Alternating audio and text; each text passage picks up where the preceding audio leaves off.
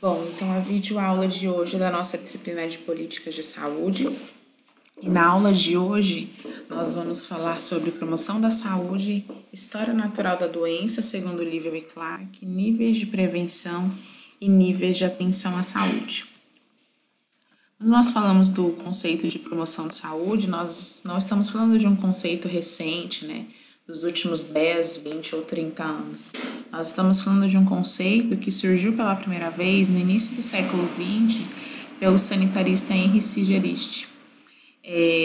O conceito surgiu a partir desse sanitarista porque ele disse, ou ele formulou, ele descreveu que a medicina apresenta 4 funções básicas. Que funções eram essas? Promoção da saúde, prevenção das doenças, tratamento dos doentes e reabilitação. Então, para o sanitarista, é função do médico fazer promoção de saúde, mas também é função dele prevenir com que os indivíduos tenham doenças. Em caso da ocorrência dessas doenças, é função do médico fazer o tratamento e também fazer reabilitação em situação de doenças que podem ser mais graves, e incapacitar o indivíduo.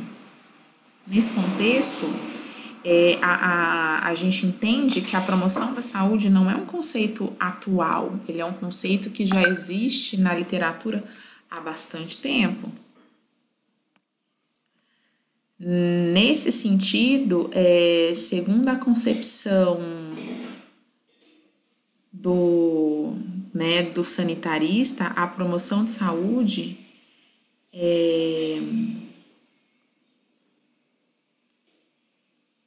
a promoção de saúde nada mais é do que o desenvolvimento de ações de educação em saúde e ações estruturais do Estado, ou seja, ações que o governo vai ter que fazer ou vai realizar para conseguir melhorar as condições de vida da população e, consequentemente, impedir com que esses indivíduos tenham doenças.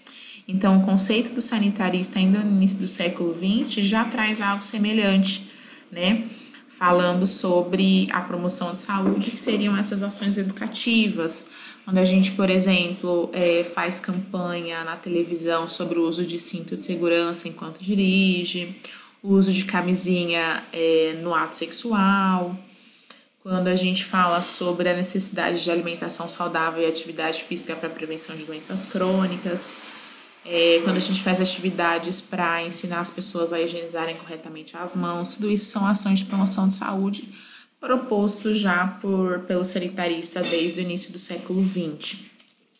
Diante disso, convém a gente explicar um conceito extremamente importante nessa lógica, que é a história natural da doença, proposto por Livell e Clark em 1965.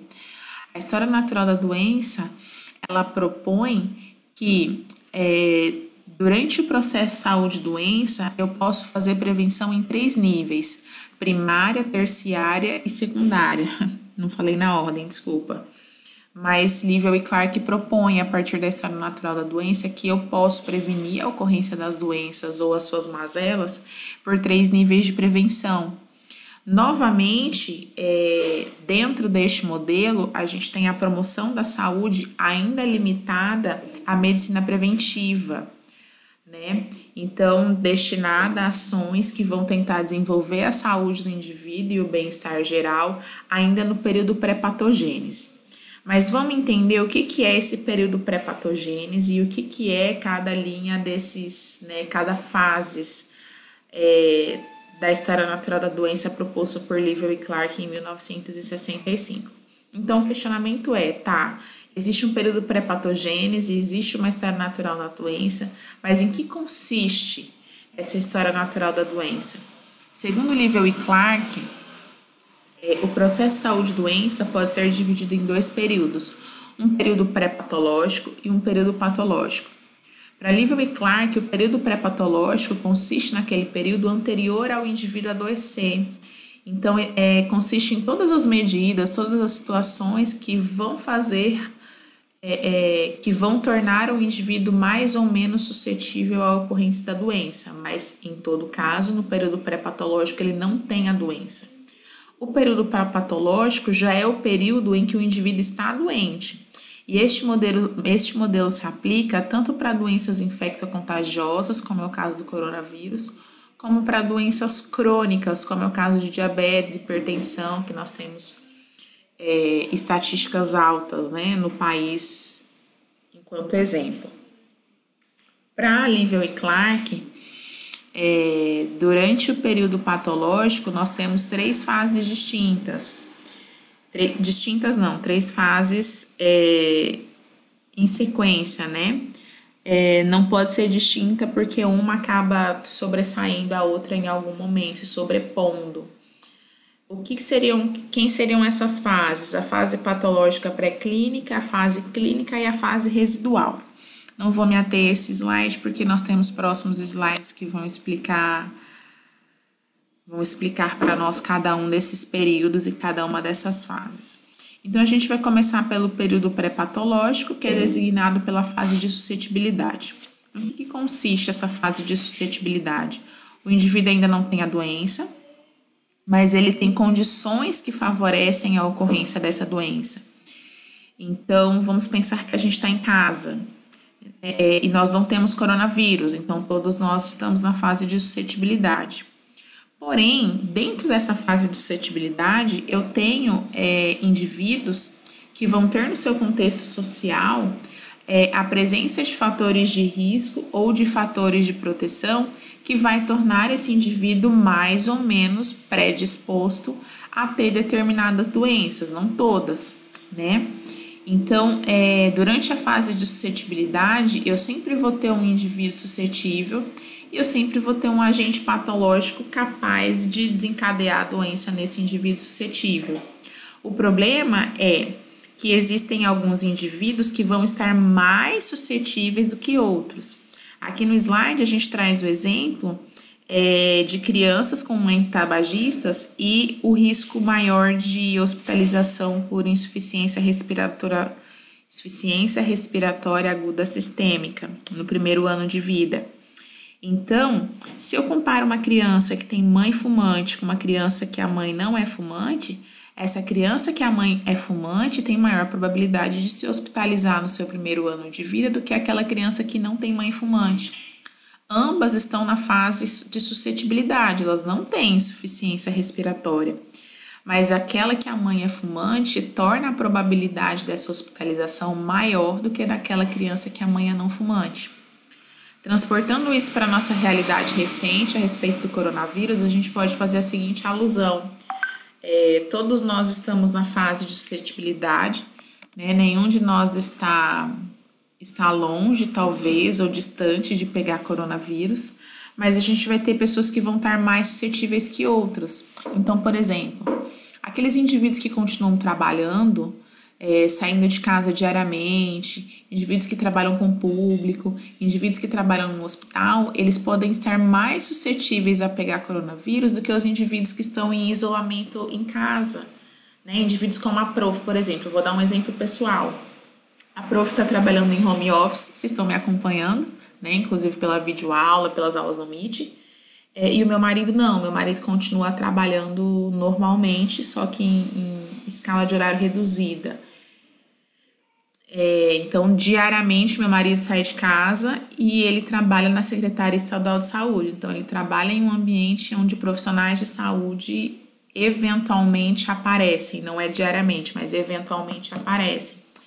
Se eu comparar eu e o meu marido, ambos estamos na fase de suscetibilidade, ou seja, nós não temos coronavírus, mas o meu marido está mais suscetível a adquirir o coronavírus do que eu pelo fato de sair de casa diariamente. Porém, pelo fato de ser uma doença infectocontagiosa, se ele pegar, no fim das contas, todo mundo de casa pega. Mas é só para a gente entender o exemplo. Se nós compararmos, por exemplo, o meu marido, que é da Secretaria Estadual de Saúde, e comparar o médico que está na linha de frente, o médico, por exemplo, que está nas unidades básicas de saúde, que está nos hospitais de referência, como é o caso metropolitano, tem maior probabilidade de pegar coronavírus. Então, comparando o meu marido com um médico, por exemplo, do metropolitano, que será, né, o nosso hospital de referência no estado para tratamento de Covid, o médico vai estar mais suscetível. O agente patológico é o mesmo, é o coronavírus, mas o médico estaria mais suscetível do que o meu marido. Então, Essas são as observações que a gente precisa fazer para essa fase de suscetibilidade. Dentro disso, nós temos uma classificação, né? Ainda na fase de suscetibilidade, pensando especificamente sobre os agentes patológicos, eles podem ser divididos por grupos, para a gente entender que não é somente doenças infectocontagiosas que se aplicam no exemplo da história natural das doenças de Livell e Clark. Os nossos agentes patológicos podem ser físicos e químicos, eles podem ser biopatógenos ou bioagentes patógenos, eles podem ser nutricionais ou eles podem ser genéticos. Alguns exemplos a gente tem aqui no slide. O que poderiam ser agentes patológicos de origem física ou química? A radiação ionizante ela é capaz de provocar mutação nos genes e provocar anomalias cromossômicas, como câncer ou malformações fetais. Então, este é um exemplo de patógeno físico ou químico que pode, né, fazer com que o indivíduo tenha a doença ainda na fase de suscetibilidade. O contato com metais pesados também aumenta a probabilidade de alterações neurológicas. Então, o metal pesado também poderia ser considerado um agente patológico físico ou químico. Qualquer micro-organismo, seja vírus, bactéria, fungo, parasita, se classifica em um agente patológico da classe biopatógenos. Então, o coronavírus é um exemplo de biopatógeno. O mosquitinho da dengue, o mosquitinho portador do vírus da dengue também é um biopatógeno. Clostridium botulinum, causando botulismo, por exemplo, através do consumo de mel ou qualquer outro alimento contaminado, é outro exemplo de biopatógeno. O que mais que a gente pode dar de exemplo prático aqui? Candidíase. Candidíase é uma doença causada pelo fungo da cândida. Então, a cândida é um biopatógeno, né? Com o qual a mulher pode entrar em contato durante a fase de suscetibilidade. Dentro do conjunto de agentes patológicos nutricionais, a gente pode trazer como exemplo a carência de nutrientes. A carência de vitamina A pode causar hipovitaminose A, cegueira noturna, ceratomalácia. São, inclusive, conceitos que a gente vai aprender em uma outra disciplina no próximo semestre, acredito eu. Alguns já aprenderam, outros não, mas a gente fala disso em uma disciplina específica chamada avaliação nutricional. Mas neste caso, da cegueira noturna, por exemplo, o agente patógeno inicial foi a carência de vitamina A, né? O excesso de nutrientes também pode causar outros problemas de saúde. Se o paciente está consumindo, o indivíduo, né, está consumindo calorias demais, ele tem maior probabilidade de desenvolver obesidade e outras doenças. E aí o problema está nesse excesso de calorias. Dentro dos agentes patológicos genéticos, a gente pode comentar sobre as aberrações cromossômicas, só que isso geralmente é obra do acaso, né? Como exemplo, a gente tem síndrome de Down, mas aí a questão do agente genético nada mais é do que uma conformação na alteração aí da proteína, do código genético, e automaticamente eu tenho um desenvolvimento da doença, como é o caso do síndrome de Down. Depois da fase de suscetibilidade, a gente parte do pressuposto que o indivíduo que estava mais suscetível desenvolveu a doença, e aí a gente entra no período patológico, que é o curso da doença mesmo. O que seria a fase patológica pré-clínica? É aquele momento do período patológico em que o indivíduo já é portador da doença, só que ela não está visível, não é evidente que ele é portador de uma doença. Mas as alterações patológicas, né, as alterações na fisiologia ou na biologia já estão acontecendo. Então, aqui como exemplo, a gente vai continuar no mesmo exemplo das mães fumantes, das crianças com insuficiência respiratória aguda sistêmica. A criança ela já está doente, por quê? Porque o movimento da sua árvore brônquica ela já está reduzido, né? O fumo fez com que essa criança tenha um brônquio trabalhando com menor efetividade, mas ela ainda não tem sinais e sintomas da doença, tá? A sigla que está no slide significa doença pulmonar obstrutiva crônica, tá? Então, a criança já tem redução da atividade dos brônquios, então a fisiologia e a anatomia do seu sistema pulmonar já não está trabalhando corretamente, mas ainda não está visível, a criança ainda não apresenta sinais e sintomas dessa atividade, desse movimento ciliar reduzido.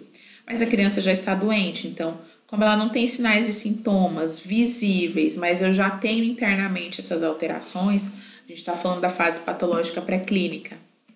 O que seria a fase clínica?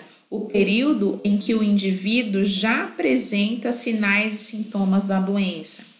Então, aqui no caso, pensando em uma fase clínica da doença pulmonar obstrutiva crônica, quando o paciente, por exemplo, começa a ter aumento da tosse, expectoração, né? Quando os primeiros sinais dessa bronquite crônica começam a aparecer, e aí só vai evoluindo, eu estou falando da fase clínica, porque aí é quando o paciente tem certeza absoluta que ele está doente. Pensando em coronavírus, se a gente retoma aqui, ó, o que seria a fase patológica pré-clínica? O corpo do indivíduo já está contaminado com coronavírus, mas ele não está sentindo nada, então ele está na fase patológica pré-clínica. Quando ele começa a ter tosse, espirro, falta de ar, ele está na fase clínica. O que seria a fase residual? Nem todas as doenças têm, né? Geralmente as doenças elas evoluem para morte ou para cura. Então, a doença ela pode evoluir de forma positiva ou de forma negativa. Positivamente, o paciente fica curado, negativamente, o paciente vem a óbito. A fase residual, ela não se caracteriza como essa fase de morte ou cura, porque isso é o desfecho final, né? Agora, a fase residual acontece quando o paciente ele se mantém em severa limitação funcional. Então, o paciente não está curado, o paciente não morreu, ele continua doente, mas ele tem limitações funcionais. No coronavírus, vou dar um exemplo que eu vi na internet ontem, de 2 médicos chineses que foram contaminados pelo coronavírus, desenvolveram Covid-19, e aí eles passaram, né, um tempo lá internado e tal, barará, eles se curaram. Só que, em virtude do uso prolongado dos respiradores durante a sua internação na unidade de terapia intensiva, na UTI, esses médicos ficaram com a coloração da pele do rosto escurecida. Eles deixaram de ser indivíduos brancos na pele do rosto e passaram a ter uma cor mais escura, próximo de pessoas com coloração preta, né, negra. Tipo a prof, assim, pela foto eles estavam inclusive um pouco mais escuros do que a prof. Isso seria uma fase residual. A doença deixou limitação funcional, só que essa limitação funcional está relacionada com a aparência física, né? Neste caso, não chega a ser 100% de uma fase residual, porque eles evoluíram com cura para a COVID. O que é essa fase residual? O exemplo que fica mais claro é pacientes que têm AVC. Pacientes que têm AVC não morrem, mas eles ficam, por exemplo, com prejuízo da fala, ou eles ficam com prejuízo de movimentação de algum membro, seja ele superior ou inferior. Ele é um paciente que se mantém em fase residual, tá? Então, a fase residual ela não se aplica em todas as doenças, mas ela faz parte do período patológico. O que a gente tem que entender? Que nesse esquema da história natural da doença, a promoção da saúde, ela sempre vai ser concebida apenas como um elemento de prevenção primária, e aí vai ser voltado para aspectos educativos individuais, tá? A partir da década de 80, com a Carta de Ottawa, a promoção de saúde ela foi revalorizada e ela se tornou um objeto de políticas públicas em várias partes do mundo. Então, a partir da Carta de Ottawa, na década de 80, houve a necessidade de se remodelar esse conceito de promoção de saúde e de se revalorizar, mostrando a importância dela. Diferente da promoção da saúde, quando a gente fala de prevenção de enfermidades, o objetivo da prevenção é reduzir o risco de se adquirir uma doença específica, por reduzir a probabilidade de que essa doença ou essa desordem venha a afetar um indivíduo, tá? Nesse slide, nós temos um exemplo que mostra a diferença entre o conceito de promoção de saúde e prevenção de saúde. Quando a gente fala de promoção de saúde, o nosso conceito de saúde ele é multidimensional.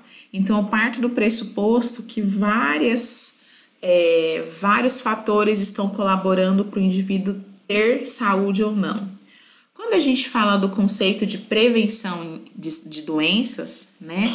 O conceito de saúde ele é baseado na ausência de doença. Então, eu vou prevenir doenças pensando que eu preciso de um indivíduo não doente, né? Um indivíduo não doente é um indivíduo com saúde. Quando a gente fala do modelo de intervenção, no conceito de promoção da saúde, eu tenho uma intervenção participativa, eu tenho uma intervenção intersetorial. Então, eu entendo que não é só o profissional de saúde, só o médico que vai fazer intervenção, né, para promover saúde. Eu preciso de vários outros setores trabalhando em conjunto. Não é só, por exemplo, uma secretaria de saúde trabalhando, mas uma secretaria de educação, uma secretaria de justiça, né, um ministério da justiça, entre outras coisas. Já no conceito de prevenção de doenças, eu só penso na intervenção do profissional de saúde. Só penso na intervenção do nutricionista para combater a obesidade, na intervenção do endócrino, na intervenção do psicólogo e assim por diante. Eu não penso que outros setores estão associados e muitas vezes eu não penso nem que eu tenho uma necessidade de vários profissionais trabalhando em conjunto para promover saúde ou para prevenir a doença. No conceito de promoção de saúde, o alvo é todo mundo, então eu não tenho distinção. Então, o alvo das ações de promoção de saúde é a população como um todo e o próprio ambiente ao qual essa população está envolvida. E quando eu falo de prevenção em saúde, o alvo é o grupo de risco. Então, em vias de coronavírus, o que é promoção da saúde? É eu trabalhar ações que vão atingir a população como um todo, independente de eu ser idoso ou não. Agora, para eu prevenir a doença, fala-se, né, tem se discutido sobre a necessidade do isolamento dos grupos de risco, evidenciando que promoção de saúde é diferente de prevenção de doenças. Hoje o objetivo de contenção da pandemia é o quê? Prevenção do coronavírus ou promoção da saúde? Inicialmente era a promoção da saúde, mas à medida em que nós retornarmos gradativamente às atividades e mantermos os grupos de risco em isolamento, a gente já não está mais com foco na promoção da saúde, mas com foco na prevenção da ocorrência de coronavírus, eventualmente, tá? Nós temos uma política nacional de promoção da saúde e essa política, ela propõe várias ações para tentar executar mesmo essa promoção de saúde na prática. Dentro das ações propostas pela Política Nacional de Promoção da Saúde, a gente fala, por exemplo, sobre ações que estão relacionadas a bem-estar geral, independente de doenças específicas, como, por exemplo, a necessidade de alimentação saudável, a prática de atividade física, uma prevenção ou um controle de tabagismo, prevenção do uso abusivo de álcool e outras drogas, prevenção relacionada com acidentes de trânsito, né? Tentar reduzir a morbimortalidade pela ocorrência de acidentes de trânsito, promoção do desenvolvimento sustentável. Então, quando um acidente de trânsito acontece, não tem como eu prever o que vai acontecer com o indivíduo que estava naquele acidente de trânsito. Ele pode simplesmente bater uma cabeça e não acontecer nada, ele pode quebrar um braço, ele pode quebrar uma perna, ele pode romper uma artéria, ele pode ter uma hemorragia severa e morrer, ele pode ter um traumatismo craniano e ficar com sequelas. Muitas coisas podem acontecer num acidente de trânsito. Então, como eu não tenho certeza do que vai acontecer no acidente de trânsito de cada indivíduo, eu preciso reduzir a morbimortalidade por acidente de trânsito, eu preciso reduzir a ocorrência dos acidentes de trânsito, que automaticamente eu reduzo os óbitos por esses acidentes e eu reduzo sequelas, né, ou tratamentos, problemas em virtude desse acidente de trânsito, tá? Pensando nisso, a gente precisa explicar especificamente os níveis de prevenção. Se eu falo de promoção da saúde, eu preciso obrigatoriamente falar dos níveis de prevenção, porque a promoção de saúde, ela tá dentro desse contexto, né? Hoje, a literatura diz para nós que eu tenho 4 níveis de prevenção ou até 5. Na verdade, uma literatura mais recente diz para nós que a gente tem até 5 níveis de prevenção. No modelo proposto por Livell e Clark, lá de 1965, a gente só tinha 3, que eram as prevenções primária, secundária e terciária. A literatura mais recente acrescentou para nós a prevenção primordial e a prevenção quaternária. O que vem a ser essa prevenção primordial? É uma prevenção voltada a evitar o surgimento e a consolidação de padrões de vida sociais, econômicos e culturais que elevam o risco de doença. Então, o que é o nível de prevenção primordial? É eu fazer com que indivíduos consolidem estilo de vida saudável. Por quê? Porque um estilo de vida saudável reduz o risco de adoecer por várias doenças diferentes.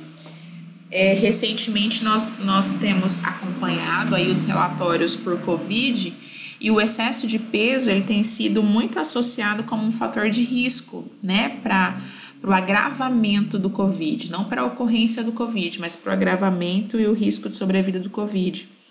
Então a gente está falando, por exemplo, de algo que não se esperava, porque até então o excesso de peso está associado com diabetes, hipertensão, outros problemas cardíacos. Isso é para provar que eu preciso sim fazer prevenção primordial, que nada mais é do que promoção de saúde. Quando eu, por exemplo,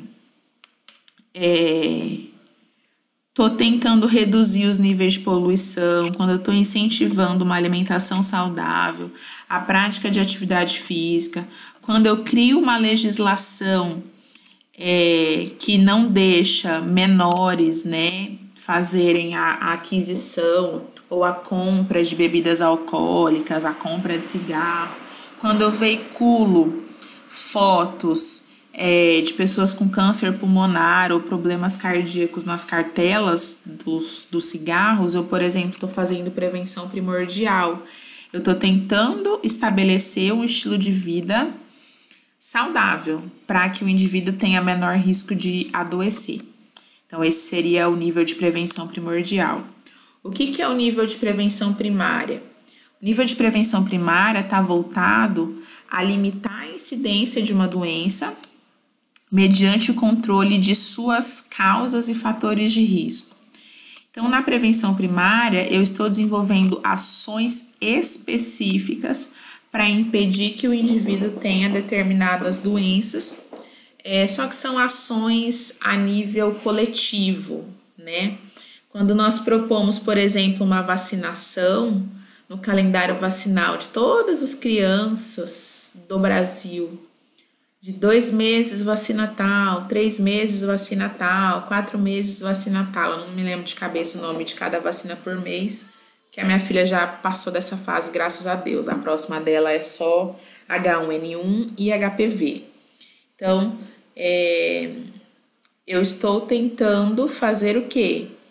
Controlar a incidência de uma doença, pensando que incidências são casos novos. Então, a gente está tentando impedir a ocorrência de casos novos. Quando a gente pasteuriza o leite, eu estou matando micro-organismos. Só que eu não sei quem vai consumir leite. Geralmente a prevenção primária e a prevenção primordial, ela é para a população como um todo. Eu não escolho grupos específicos. E vocês podem me perguntar, prof, mas a vacinação é de grupos específicos. É de grupos específicos porque esses indivíduos naquele momento têm maior probabilidade de desenvolver a doença. Então, por isso que eles são considerados grupos específicos. Mas no fim das contas, todos nós vamos ser vacinados. Só que em fases diferentes da vida. Mas o ideal é que todos nós sejamos vacinados, por isso que a imunização ela é global. Outros exemplos de ações relacionadas com a prevenção primária é tratamento da água, o uso de preservativos. O uso de preservativos ele é universal, não interessa quem você é ou com quem você está se relacionando. O uso do preservativo ele combate a ocorrência de doenças crônicas, de doenças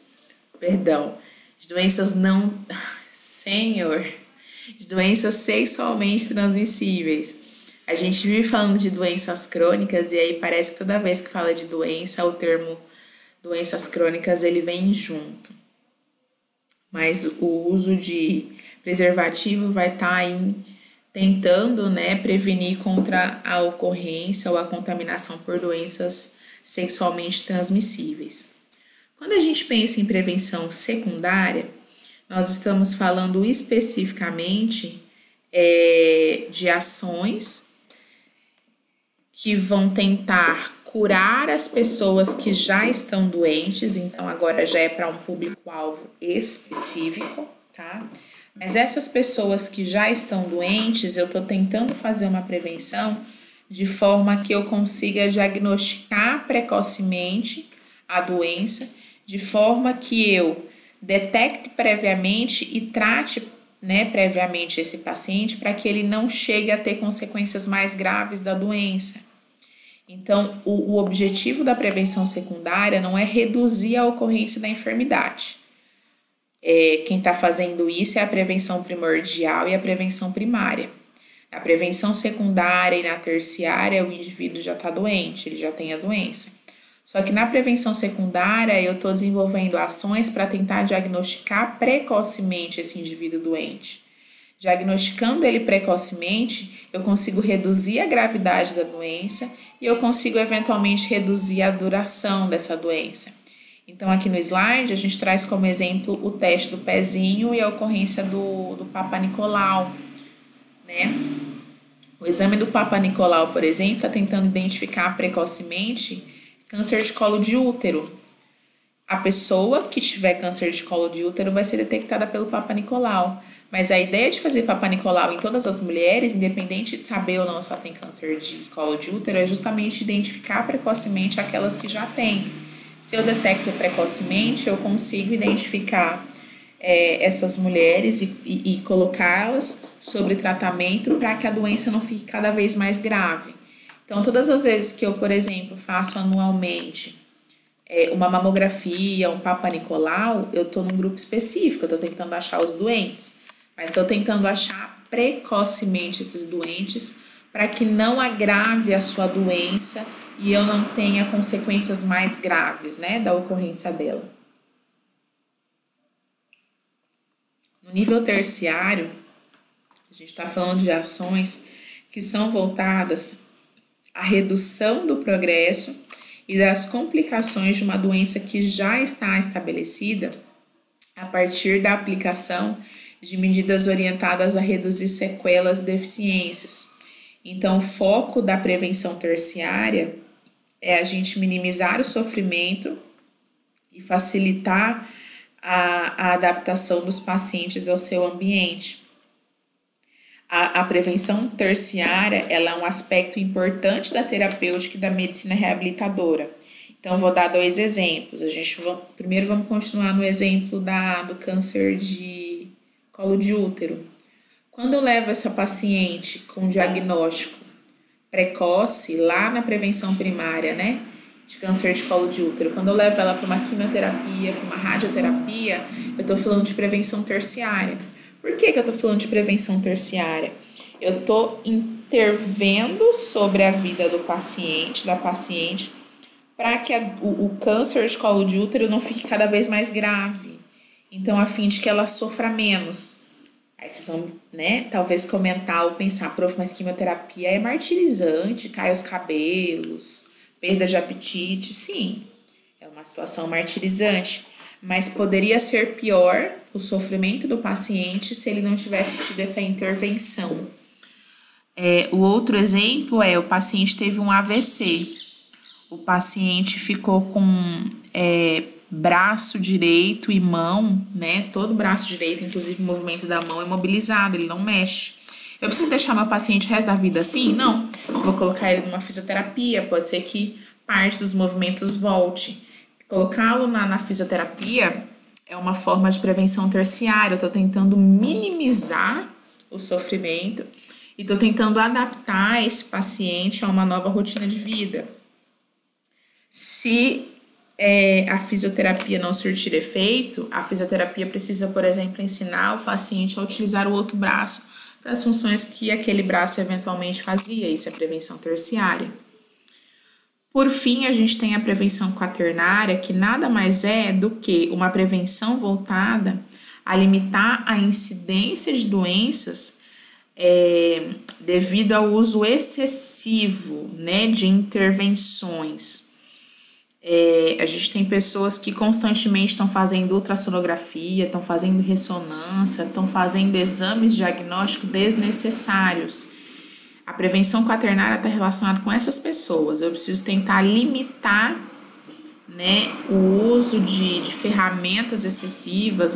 Tô com uma dorzinha de cabeça, vou tomar Dorflex. Tô com dor na perna, vou tomar Dorflex. Tô com dor nas costas, vou tomar Dorflex. As pessoas estão se automedicando. A prevenção quaternária também está relacionada com isso. Por quê? Porque as pessoas que se automedicam, que ficam fazendo exames de diagnóstico à torta à direita, elas têm maior probabilidade de desenvolver outras doenças para tratar doenças que elas talvez nem tinham. Então, a prevenção quaternária tem esse foco, limitar a incidência de doenças mediante o controle de suas causas e fatores de risco. Então, meu paciente, por exemplo, está com a cloridria, mas ele está com a cloridria porque ele tomou medicamento demais desnecessariamente. Ele passou a vida tomando, sei lá, não me lembro agora o nome do remédio que a gente toma para quem tem gastrite, mas o paciente nem tinha gastrite, mas ele estava se automedicando com omeprazol, porque ele achava que tinha gastrite, e aí, de repente ele está com uma cloridria porque ele se automedicou errado, de uma doença que ele nem tinha. Então, a prevenção quaternária, ela está atuando sobre essas situações, tá? Aqui a gente tem um quadro resumo que mostra isso.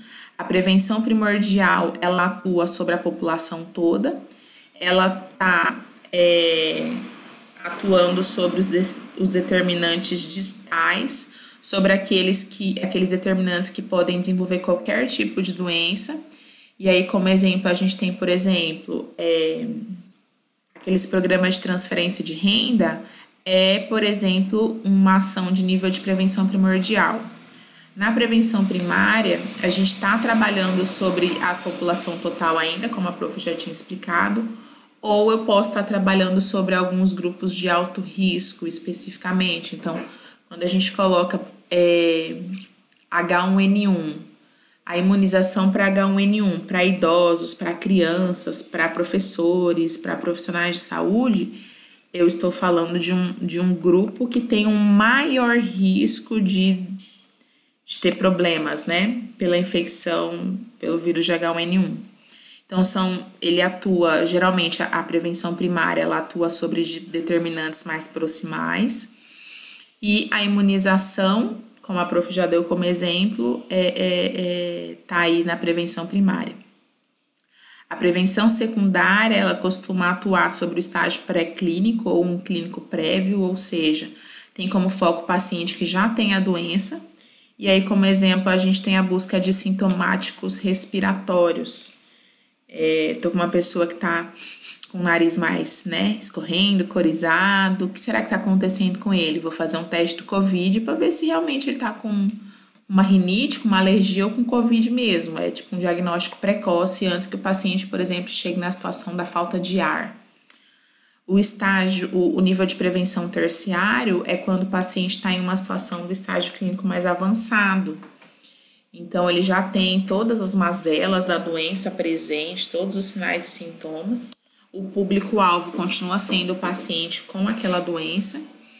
E aí, um exemplo que nós temos é, por exemplo, o controle de infecção oportunista em pacientes com AIDS, tá?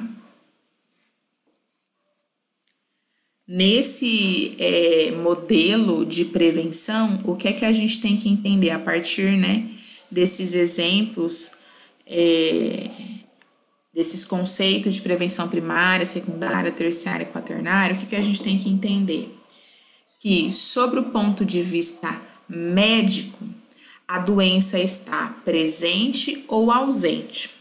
Sobre o ponto de vista do paciente, os sinais e sintomas, as mazelas, a enfermidade também vai estar presente ou estar ausente.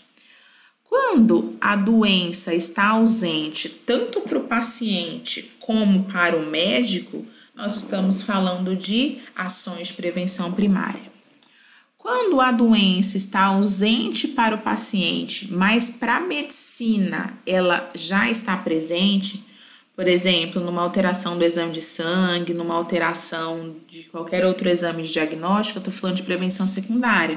O paciente não sabe que está doente, mas a medicina, através dos exames diagnósticos, já aprovam que ela está presente. Então, a gente está falando de prevenção secundária. Quando, por exemplo, a doença ela está presente para o paciente e está presente para a medicina através dos exames diagnósticos, a gente está falando de ações de prevenção terciária. Em contrapartida, quando a gente tem o paciente se sentindo mal, ele está com essa sensação de estar doente, mas ele não está doente para a medicina, eu estou falando de prevenção quaternária, ações de prevenção quaternária. O paciente não está doente, mas ele acha que ele está, e a medicina prova que ele não está doente. Então, eu preciso desenvolver ações para impedir esse paciente, de fato, de ficar doente, porque ele não está, né? Agora, partindo do pressuposto que eu estou falando dos níveis de prevenção, aonde que os níveis de atenção se encaixam neste contexto? A gente já falou sobre isso em uma aula anterior. Os níveis de atenção estão associados com a questão da hierarquização. O sistema está dividindo em atividades de atenção primária, secundária e terciária.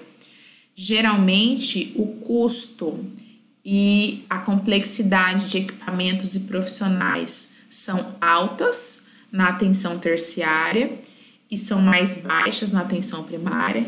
Em contrapartida, o volume de pacientes a serem atendidos na atenção primária é muito maior do que o volume de pacientes a serem atendidos na atenção terciária. A atenção primária ela envolve ambulatórios de atenção primária, unidades básicas de saúde do SUS. A atenção secundária ela envolve clínicas especializadas, pronto atendimento, policlínica, centro de imagem, enquanto que a atenção terciária envolve hospitais de alta complexidade. Então, 80% das ações dentro do Sistema Único de Saúde, independente de público ou privado agora, né, as unidades de saúde, pública ou privada, 80% das ações são da atenção básica, em especial, né, falando do Sistema Único de Saúde, 15% são de média complexidade e 5% são de alta complexidade. A atuação da Estratégia de Saúde da Família, Núcleo de Apoio à Saúde da Família, a atuação dos agentes comunitários em saúde, as unidades básicas de saúde, as ações de vacinação, a saúde indígena, as consultas de pediatria, de ginecologia ou de clínico geral dentro das unidades básicas de saúde, elas, por exemplo, se referem a ações da atenção básica. Furei o meu anzolzinho na pesca. É uma cirurgia de pequeno porte. É uma urgência clínico-cirúrgica rápida. Atenção básica. Em contrapartida, quando a gente fala de clínicas especializadas, unidades de pronto atendimento, hospitais onde as crianças nascem, né? maternidades, hospitais, escolas, quando a gente está falando de exames simples como ultrassom, eletrocardiograma, exame de sangue, né, um hemograma, a gente está, por exemplo, falando de ações da atenção secundária, porque são ações de média complexidade, que seriam ações da atenção terciária. São ações de alta complexidade que envolvem, por exemplo, neurocirurgia, oncologia, hemodiálise, terapia nutricional interal e parenteral, a ocorrência de exames especializados como tomografia, ressonância, então tudo isso se caracteriza como ações de alta complexidade. O que a gente tem que entender na prática? Geralmente na atenção básica, né, nesse nível de atenção, o principal polo é o posto de saúde, as equipes de saúde da família, né, a unidade de saúde da família. Então, geralmente participa da atenção básica o médico, o enfermeiro, o auxiliar de enfermagem, um auxiliar bucal, né, o profissional da odontologia. Quando a gente vai, por exemplo, para ações de média complexidade, a gente já pensa, por exemplo, numa policlínica, numa unidade ambulatorial de especialidade específica, uma unidade mista. E aí a gente já começa a trazer outros profissionais de saúde que não somente o médico, o enfermeiro e o profissional da odonto. A gente já começa a pensar, por exemplo, no nutricionista, no fisioterapeuta, no psicólogo, no assistente social, entre outros, tá? Essas são ações de média complexidade. Quando a gente vai para uma ação de alta complexidade, a gente está falando de, por exemplo, unidade de oncologia. As unidades de oncologia, nós estamos falando também da presença de outros profissionais, como nutricionista, fisioterapeuta ou cirurgião dentista, tá? Então, para cada tipo de serviço, eu vou ter ele classificado como um serviço de atenção primária, ou de atenção básica, ou secundária, ou terciária. Aqui nesse slide, a gente tem um exemplo da atuação da mesma doença, que no caso seria o câncer de colo uterino, que a prof estava explicando anteriormente, e como é que se lida com as ações dentro de cada nível de atenção. Então, quando a gente faz uma consulta normal, uma consulta